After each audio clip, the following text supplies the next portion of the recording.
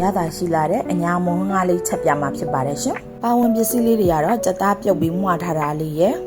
ငါးလေးကိုစပလင်းနဲ့ပြုတ်ပြီးအယိုးနွန်ထားတာလေးရယ်ကလပဲပြုတ်လေးရယ်ပဲမုံအစိမ်းလေးကိုရေလေးနဲ့ကြီးညက်အောင်နှိပ်ထားတာလေးရယ်ဖြစ်ပါတယ်ရှင်။အခုကတော့ကြက်သားလေးနဲ့ငါးလေးကိုစီတက်ဖို့အတွက်စီချက်ပါမယ်ရှင်။ဒီလေးပွက်လိုက်တက်တဲ့နည်းကြီးထောင်းထားတာလေးကိုထည့်ပါမယ်ရှင်။ပြီးရင်တော့ငရုတ်သီးအနုမုံလေးထည့်ပါမယ်ရှင်။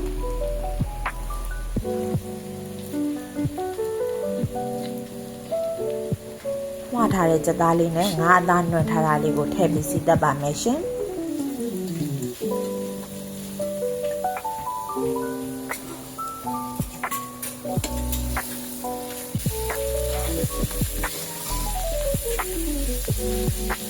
တစ်ခါမှာတော့မုံငါးချက်ဖို့အတွက်ရေနွေးပုတ်ပတ်ဆိုအောင်တန်းအိုးလေးနဲ့တဲထားပါမယ်ရှင်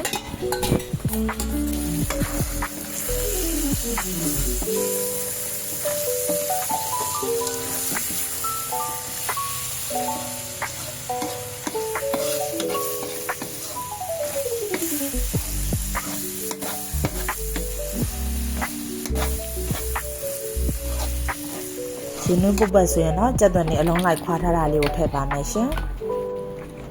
ပြီးရင်တော့ကြက်သားလေးနူးပြီးဟင်းလေးချိုးနေအောင်လို့ကြက်သားနဲ့ငါစီတက်ထားတာလေးကိုထည့်ပါမယ်ရှင်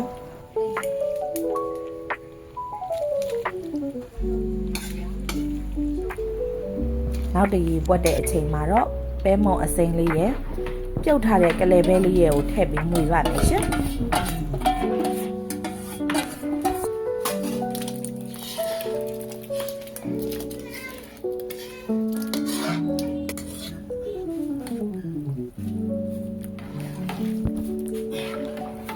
ရတာအပေါ်ငံလေးအတွက်ငံပြားရည်လေးကိုထည့်ပါမယ်ရှင်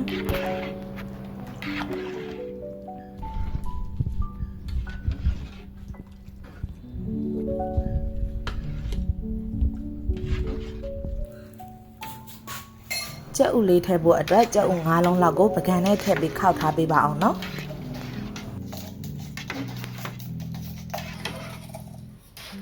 နောက်တရေပွက်တဲ့အချိန်မှာတော့ခောက်ထားတဲ့ကြက်ဥလေးတွေကိုထည့်ပါမယ်ရှင်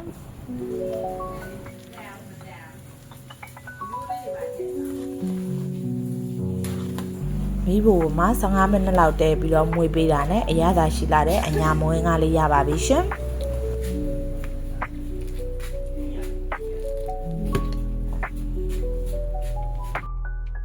ဗီဒီယိုအဆုံးထိကြည့်ပေးတဲ့အတွက်အားလုံးကိုကျေးဇူးတင်ပါတယ်ရှင်